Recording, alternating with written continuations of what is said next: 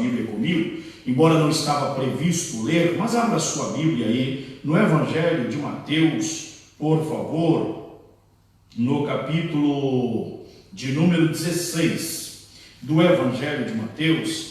Vejamos o que diz a Bíblia Sagrada aí, versículo de número 18. Olha o que a palavra do Senhor nos diz, e esta palavra é própria de Cristo, nosso Senhor e Salvador. Capítulo 16 de Mateus, versículo de número 18. Jesus está dizendo: pois também eu te digo que tu és Pedro, e sobre esta pedra edificarei a minha igreja, e as portas do inferno não prevalecerão contra ela. A igreja existe pelo sacrifício bendito de nosso Senhor e Salvador Jesus Cristo na cruz do Calvário.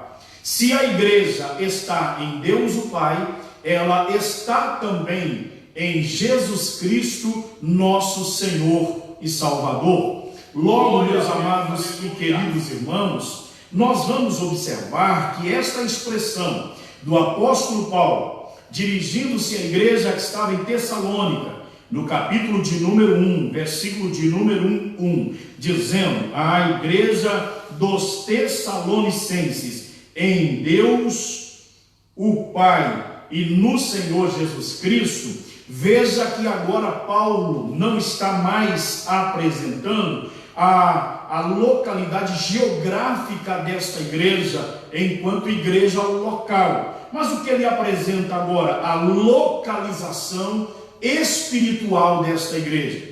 A princípio, ele apresentou a localidade geográfica desta igreja, a igreja dos Tessalonicenses, a igreja local, que tem também o seu caráter universal, pois faz parte da igreja de Jesus, de toda a terra ou em toda a terra. Mas quando ele diz em Deus o Pai e no Senhor Jesus Cristo, o apóstolo não só deu a localização geográfica, mas também a localização espiritual desta igreja. E é preciso, meus irmãos, que se observe isto, porque isto aqui é o mais importante para a nossa compreensão, para nós percebermos o porquê da igreja regozijar sem cessar, regozijar sempre, orar sem cessar e em tudo dar graças. Sabe por quê, meus amados e queridos irmãos? Isto é o mais importante, porque ela não é simplesmente uma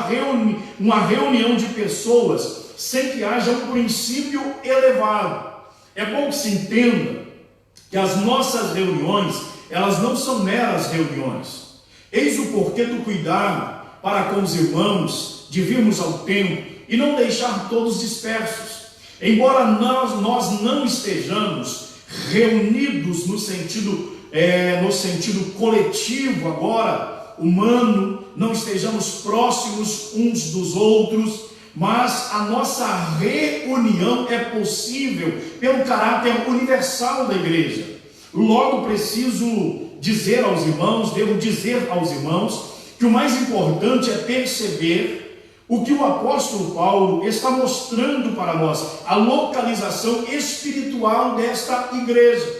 Porque se chega ao fato do que acontece agora conosco, dentro do contexto que nós estamos vivenciando, ou pelo qual nós estamos passando, a impossibilidade de termos os templos abertos, reunirmos, congregarmos, como era o nosso costume, ou como é o costume da igreja, nós temos não só uma localização geográfica, mas nós temos também, meus amados irmãos, uma localização espiritual. Glória a Deus. Não é o fato de nós não estarmos reunidos dentro de um templo que nós não estaremos em relação com Deus.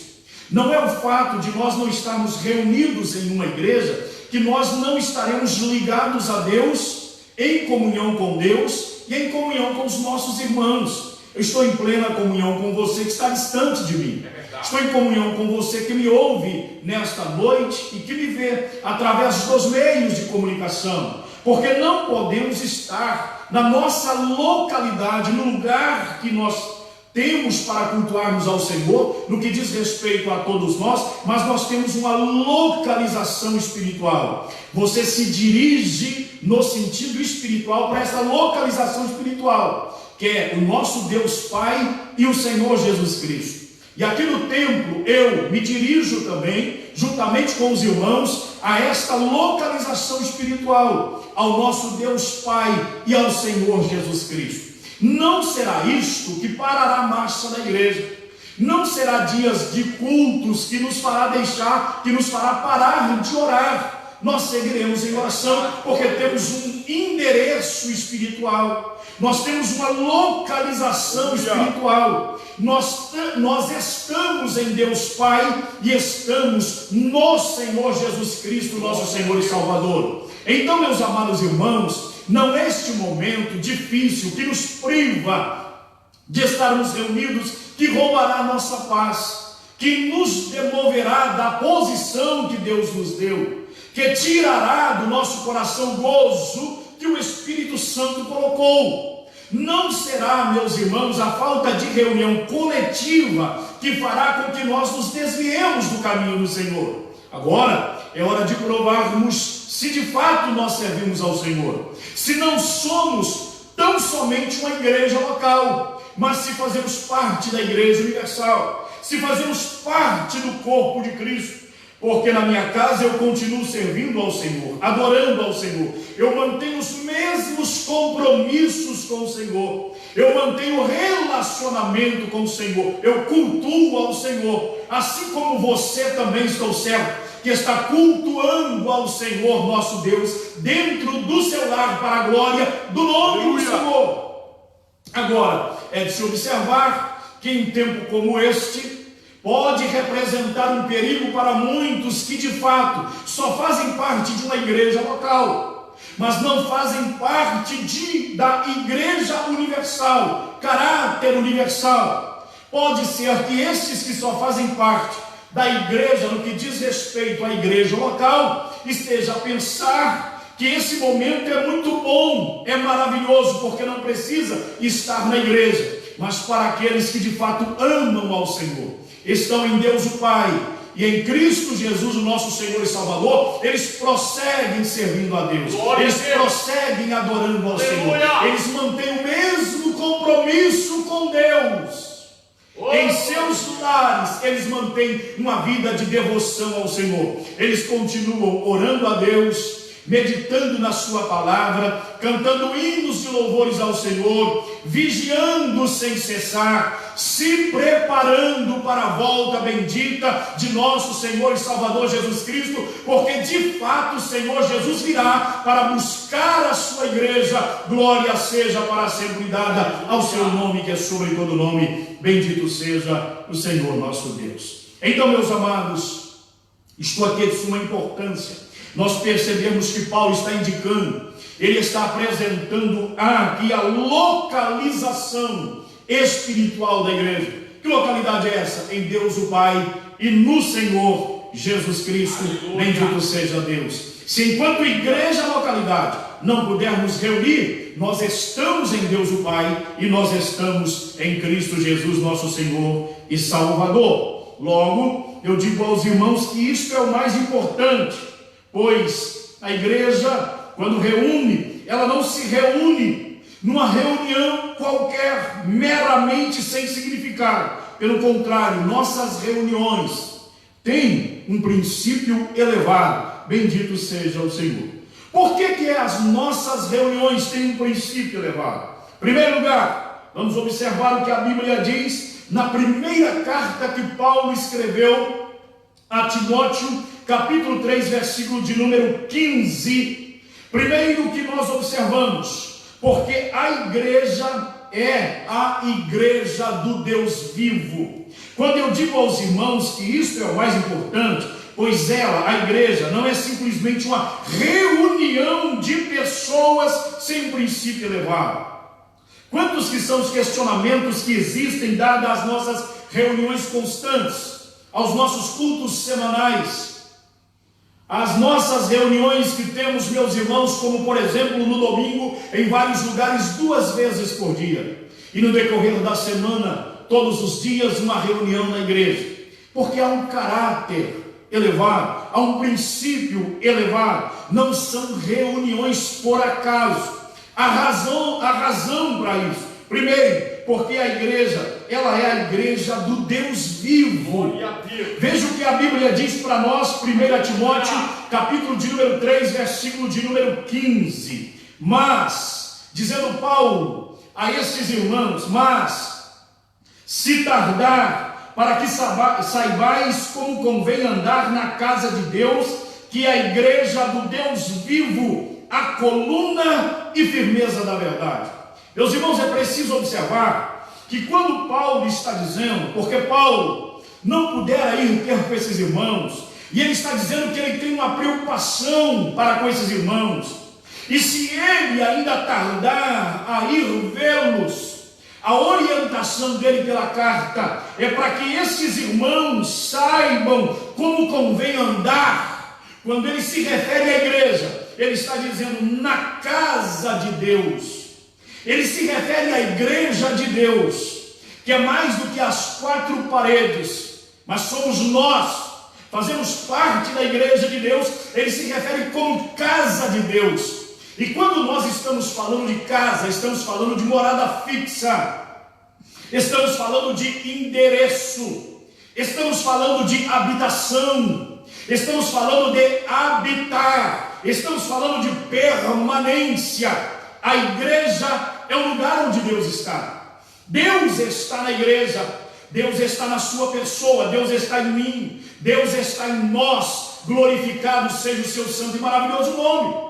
Ainda que muitos discordem, não atentem para esta verdade, ainda que muitos não creiam nesta verdade, que é digna de credibilidade, você e eu, nós estamos em Deus, nós estamos em Cristo, e nós sabemos que Deus está em nós sentimos a sua presença, nós glorificamos o seu santo e maravilhoso nome. Paulo está dizendo, mas se tardar, para que saibais como convém andar na casa de Deus. Ele não está dizendo para que vocês saibam como andar entre vocês. O andar aqui é proceder. Ele está falando de conduta, de procedência. Ele está falando de vida diária, de posicionamento. Meus amados e queridos irmãos, ele está preocupado com conduta de crentes dentro da igreja, com conduta de crentes dentro da igreja, dentro da casa de Deus. E é bom que se saiba que Paulo não está dizendo enquanto as reuniões locais, mas Paulo está dizendo enquanto partes do reino de Deus sobre a terra.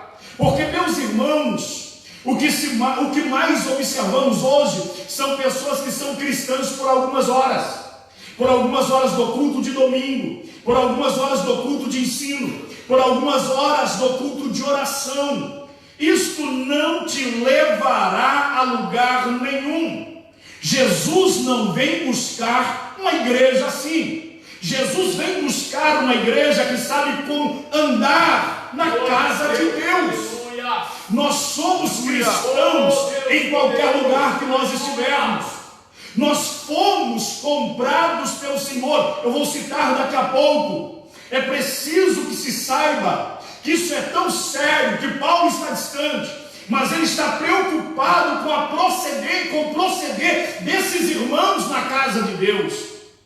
Isso indica para nós que as nossas reuniões, elas têm um caráter elevado, há uma razão para acontecer. Nós precisamos perceber que os nossos cultos podem ser uma bênção, uma maravilha, uma glória, um momento, meus irmãos, da glória de Deus presente em nosso meio, quando o nosso proceder direto ou contínuo corresponde com o que Deus espera. Então chegamos na igreja, no momento das nossas reuniões, mas tendo procedimento, um proceder correspondente com a vontade de Deus, que o agradará, de tal forma que ele abrirá o céu e manifestará a sua glória, manifestará o seu poder. O ambiente do culto será maravilhoso, prazeroso, será um momento extraordinário, porque Deus estará presente e manifestará a sua glória.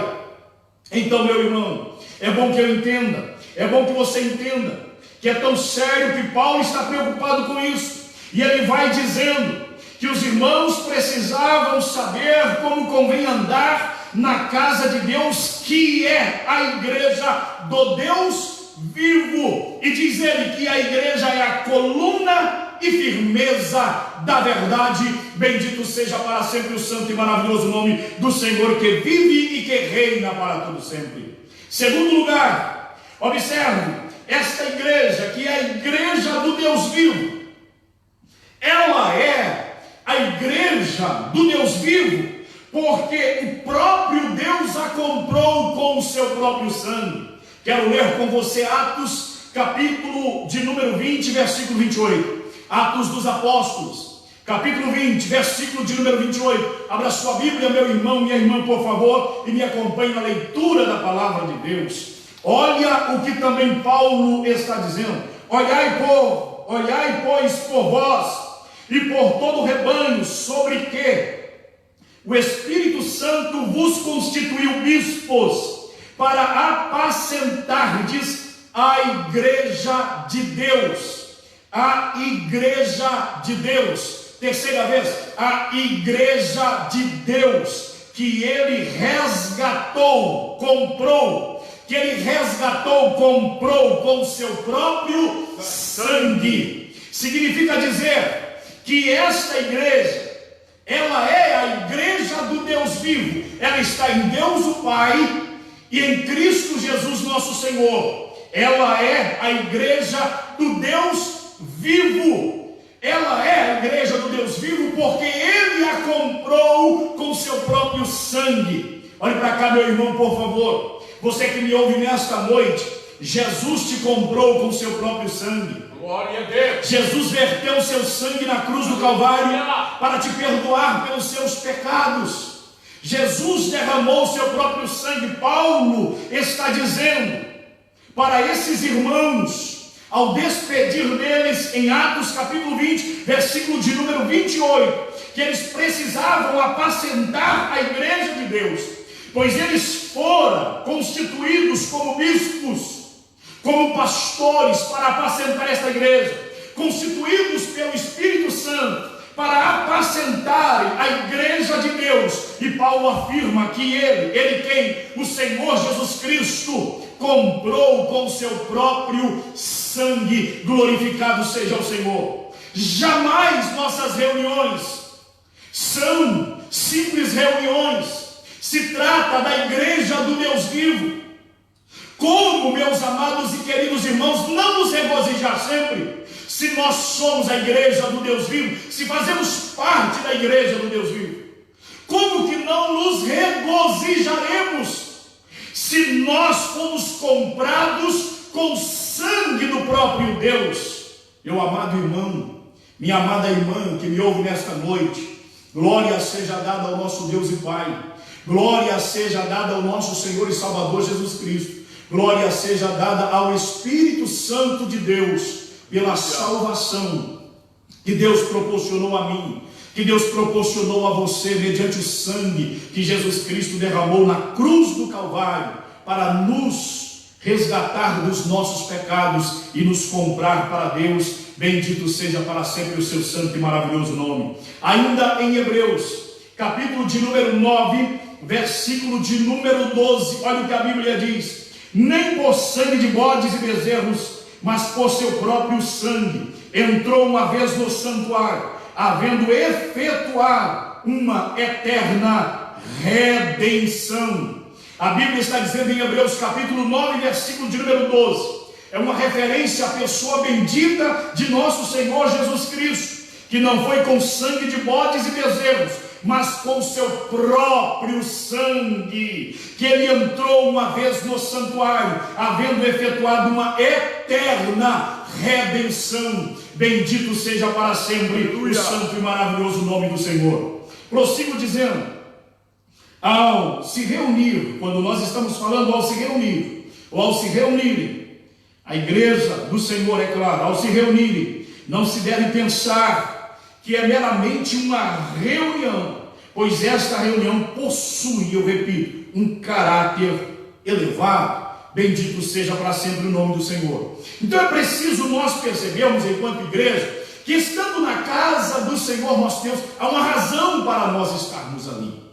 Há uma razão para estarmos lá. Veja, por exemplo, meus amados e queridos irmãos, veja que era uma reunião de pessoas que foram chamadas da igreja.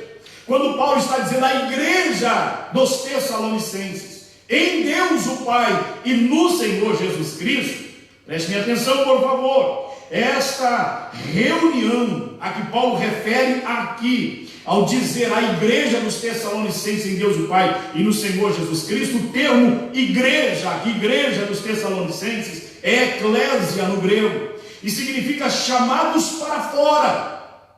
Observe que esta expressão, esse termo igreja, que está dizendo em relação a cidadãos que foram chamados para fora, é bom entendermos, ou que entendamos, que a ideia aqui são de pessoas chamadas para saírem para fora do mundo de pecado. Quando nós estamos falando saírem para fora do mundo de pecado, nós estamos falando do sistema de pecado, desse sistema que alastrou sobre a terra. A Bíblia diz que o mundo jaz no maligno. O Senhor Jesus Cristo disse que o inimigo de nossas almas é o príncipe deste mundo, e Jesus disse: nada tenho com ele. Se Jesus Cristo nada tem com ele, nós também não temos nada com ele. Este sistema mundano, pervertido, esse sistema alienado de Deus, esse sistema decaído, deplorável, lamentável, esse sistema mundano, pecaminoso, que cheira mal as narinas do nosso Deus e Pai. E o Senhor Jesus Cristo disse: aproxima-se o príncipe deste mundo e nada tenho com ele. Então prestem atenção, Jesus está dizendo que nada tem com o inimigo, muito menos com o sistema dele. Logo nós, igreja, fomos chamados para sairmos fora deste sistema. Não sairíamos por nossa própria força, por nossa própria vontade. Então, para tanto, Jesus Cristo veio morrer pelos nossos pecados. Glória a Deus. Jesus Cristo veio nos fazer aquele convite extraordinário, clássico, que ele nos revelou em Mateus capítulo 11, versículo de número 28, dizendo: vinde a mim, todos vós que estáis cansados e sobrecarregados, e eu vos aliviarei. Diz ele: tomai sobre vós o meu jugo, aprendei de mim que sou manso e humilde de coração, e encontrareis descanso para as vossas almas, porque o meu jugo é suave e o meu fardo é leve. Bendito seja Deus. Nós recebemos esse convite glorioso de Jesus para sairmos para fora do mundo de pecado, desse sistema de pecado. E então nós ouvimos a voz do Senhor Jesus Cristo nos chamando, e respondemos esse chamado glorioso de Jesus. Saímos então das trevas pelo Senhor Jesus Cristo, pela ação dele nas nossas vidas, e viemos para o reino da sua maravilhosa luz. Bendito seja o Senhor. Nos tornamos então participantes da igreja. E a Bíblia nos diz, meus irmãos, Paulo escrevendo aos Coríntios, capítulo 12, versículo de número 13, que nós fomos mergulhados pelo Espírito Santo no corpo de Cristo. Nós fomos batizados pelo Espírito e não no Espírito. O batismo no Espírito ou com o Espírito é o Senhor Jesus Cristo o batizador. Mas o batismo pelo Espírito é quando nós saímos lá do mundo de pecado. O Espírito Santo nos pega e nos mergulha no corpo de Cristo, nos torna parte da sua igreja sobre a face da terra. Nos tornamos parte do corpo de nosso Senhor e Salvador Jesus Cristo. Milagre extraordinário, maravilhoso, indescritível. Bendito seja o Senhor. Então, amado irmão, então, amada irmã que me ouve nesta noite, nossas reuniões possuem caráter elevado, porque se trata daquilo que é verdade, daquilo que de fato nós cremos, pregamos e vivemos. Nós cremos, pregamos e vivemos. Nós cremos, pregamos e assim procedemos. Então nós nos reunimos para desfrutar desta verdade que é real. Bendito seja o santo e maravilhoso nome do Senhor. Observe meus amados e queridos irmãos, que todos estes foram feitos filhos de Deus. Eu tenho pelo menos mais 10 minutos, continue me dando a sua atenção, por favor. Todos estes foram feitos filhos de Deus. Precisamos observar que toda esta linha de raciocínio pela qual eu estou procurando conduzir os irmãos é para que nós compreendamos o porquê que os cristãos devem regozijar sempre, orar sem cessar e em tudo dar graças. Regozijar sempre, orar sem cessar e em tudo dar graças, sabendo que esta é a vontade de Deus em Cristo Jesus para conosco, diz Paulo no versículo de número 18 do capítulo 5 dessa referida carta. Observe, estes que eu estou me referindo, estes que fazem parte da igreja, estes que foram comprados pelo próprio sangue de Jesus, estes que saíram do mundo de pecado, estes foram feitos filhos de Deus. Olha o que a Bíblia diz, quando João, o evangelista, em seu evangelho, capítulo de número 1, versículo 12, ele diz: mas a todos quantos o receberam. Recebeu quem? Mas a todos quantos o receberam, o Senhor Jesus Cristo, o Filho de Deus. Mas a todos quantos o receberam, deu-lhes o poder de serem feitos filhos de Deus, aos que creem no seu nome. Bendito seja o Senhor. Precisamos observar algumas coisas aqui. Eu convido você a ir para o Evangelho de João, capítulo de número 1, por favor. Nós vamos observar pelo menos 2 ou 3 versículos aqui neste Evangelho, por favor. João, Evangelho de Jesus, conforme escreveu João, capítulo de número 1, versículo, nós vamos ver, esteja atento aí no capítulo de número 1, por favor. Nós vamos ler os versículos iniciais. Pois bem, no versículo 12, João está a dizer: mas a todos quantos o receberam, deu-lhes o poder de serem feitos filhos de Deus, aos que creem no seu nome. Primeira coisa que eu quero observar com os irmãos é que nesta expressão do apóstolo, falando em relação à pessoa bendita de nosso Senhor Jesus Cristo, que é apresentado no capítulo de número 1 como o verbo de Deus, é preciso observarmos que João também o apresenta como a luz verdadeira. A luz verdadeira. Bendito seja o nosso Deus e Pai. Porque este mundo sem Cristo em trevas, mas Cristo é a luz do mundo. Se você olhar para este mesmo Evangelho, por exemplo, o capítulo de número 8, versículo de número 12, o Senhor Jesus Cristo está dizendo o seguinte, versículo de número 12: falou-lhes, pois, Jesus outra vez, dizendo: eu sou a luz do mundo. Quem me segue não andará em trevas, mas terá a luz da vida. Jesus está dizendo que Ele é a luz do mundo. Ele é a luz que ilumina o mundo. Ele é a luz para o mundo. E Ele afirma que quem o seguir não andará em trevas, mas terá a luz da vida. Bendito seja o seu santo e maravilhoso nome. Observe que João, o evangelista, o apresenta aqui como a luz verdadeira, que alumia a todo homem que vem ao mundo. É bom que você saiba que essa expressão, no versículo de número 9, do capítulo 1, ali estava a luz verdadeira que alumia a todo homem que vem ao mundo.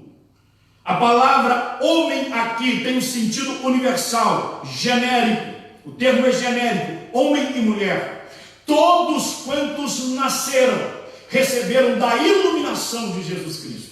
Ele é a luz que alumia todo homem que vem ao mundo. Nós temos pelo menos 2 razões para poder, ou pelo menos o evangelista tem 2 razões para poder dizer sobre isso aqui, mas não é a nossa intenção nesta noite. Mas observe comigo para o que sigo falando.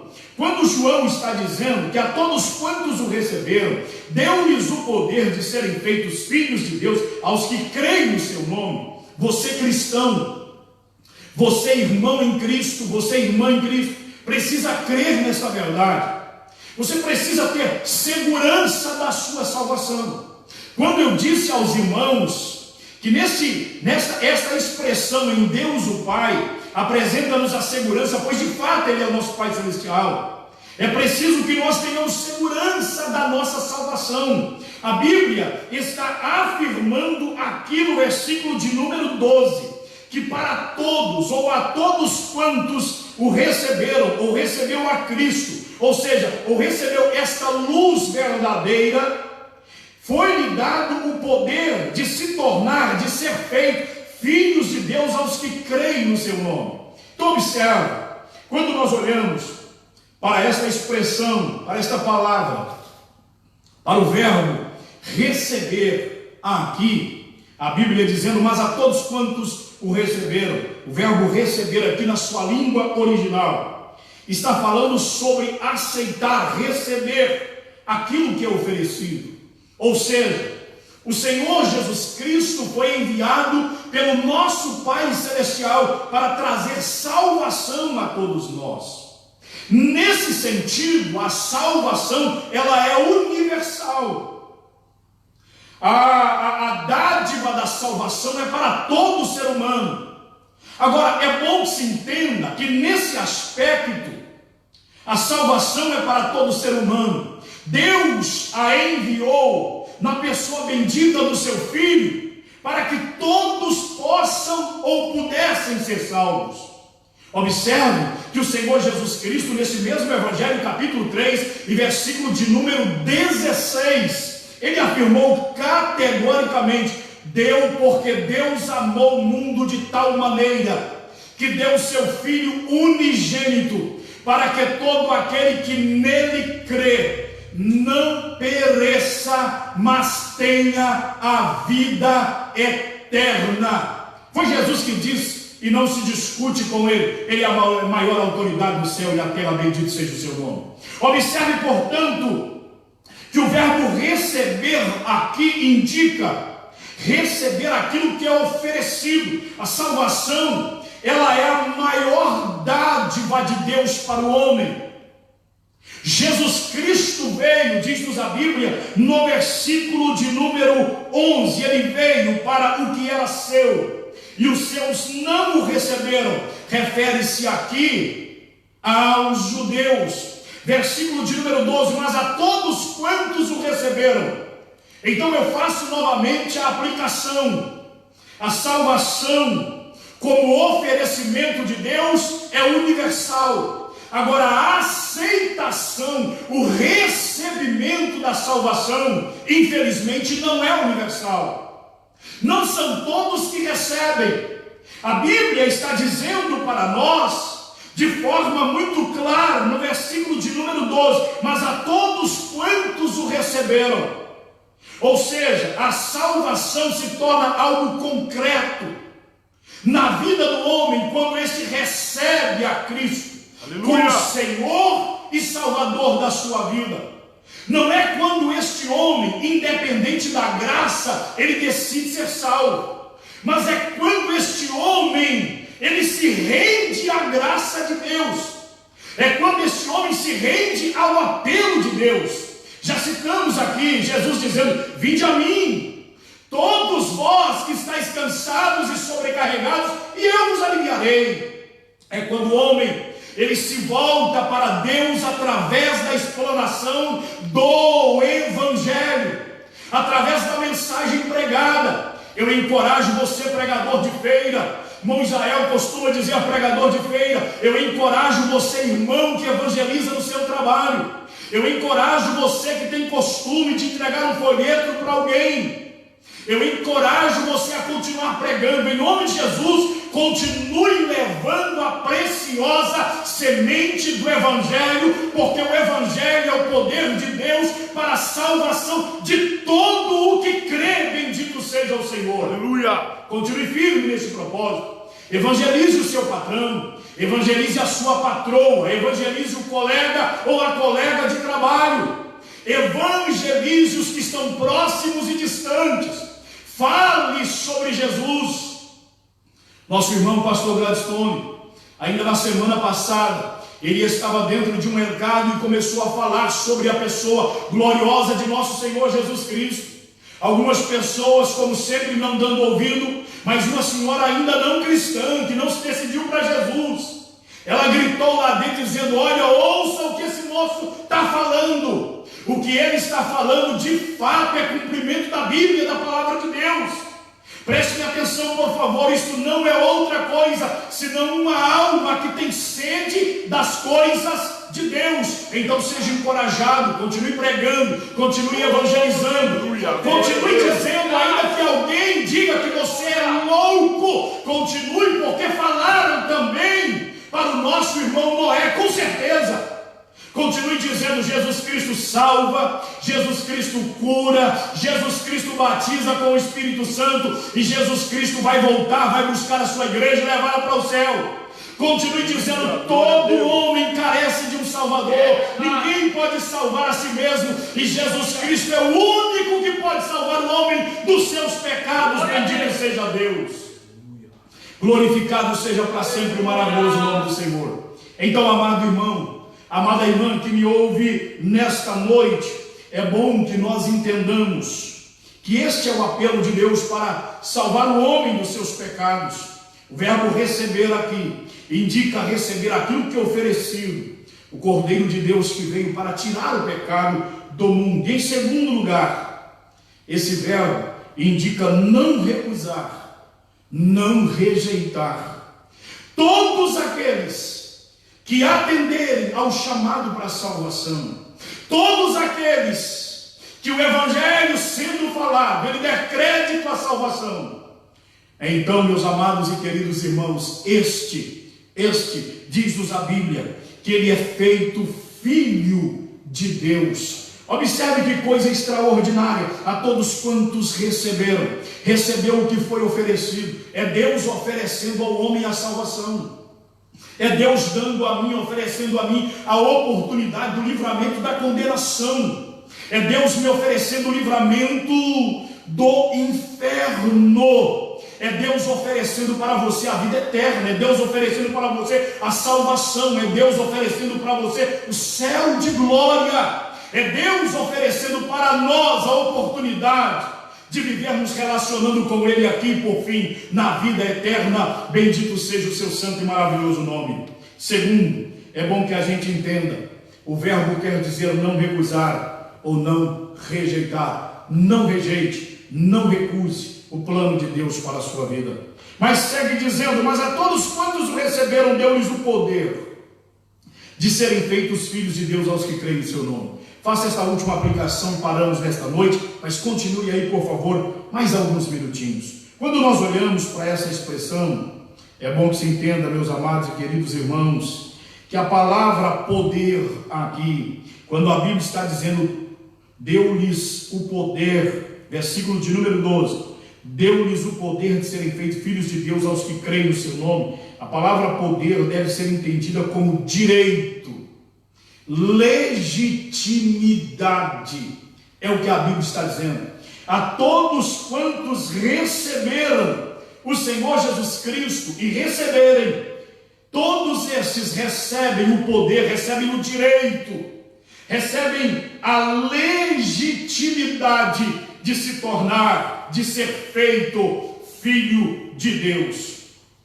Nós precisamos observar que na descrição do evangelista João, muitos rejeitaram a luz verdadeira, que é a mais perfeita revelação do nosso Pai Celestial. A gente vai ver isso de forma muito clara. Se nós olharmos, por exemplo, meus irmãos, versículo 8, a Bíblia diz no capítulo 1 de João: não era ele a luz, referindo-se a João Batista, mas veio para que testificasse da luz, veio para que testificasse de Jesus.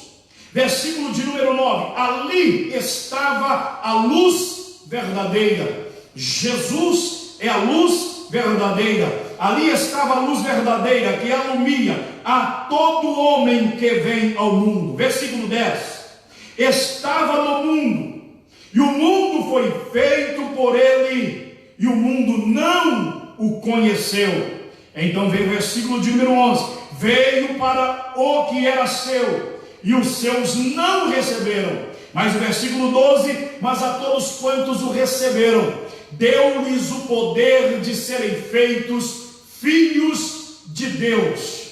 Logo você percebe que na descrição do evangelista João, a forma que ele descreve, ele nos mostra que a luz verdadeira, que é o Senhor Jesus Cristo, a mais perfeita revelação do Pai Celestial, ela fora rejeitada por muitos.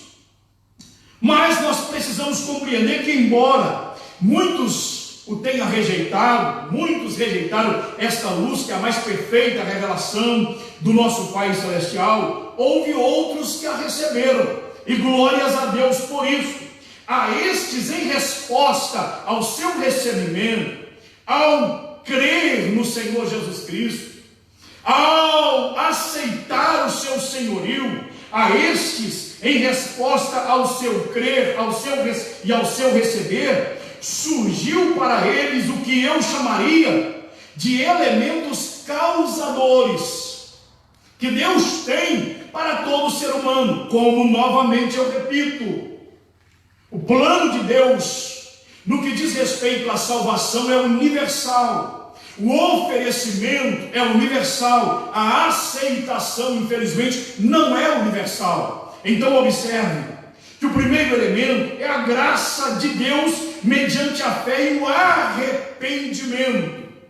Surge aqui esse elemento causador, ou seja, é por ele que nós nos tornamos filhos de Deus. Tratou-se da graça de Deus, não tratou-se de mérito humano, não tratou-se de bondade do ser humano, não tratou-se de capacidade do ser humano. Não foi o homem que ocasionou, gerou, causou isso. Mas isto aqui, o elemento causador disso, em primeiro lugar, é a graça de Deus. É o favor de Deus ao homem, não que o homem não merece. Esse favor imerecido que Deus concede ao homem. Deus ofereceu a ele este privilégio, esta oportunidade. E este homem, esta pessoa, aceitou. Foi convencido pelo Espírito Santo que ele sem Jesus está perdido. Nós fomos convencidos que sem Cristo estávamos irremediavelmente perdidos, mas com Cristo nós estaremos ou estamos seguros. Então o ser humano rendeu-se ao apelo da graça, ao chamado da graça, voltou-se para Deus. Na verdade, ele não resistiu ao apelo do Espírito Santo.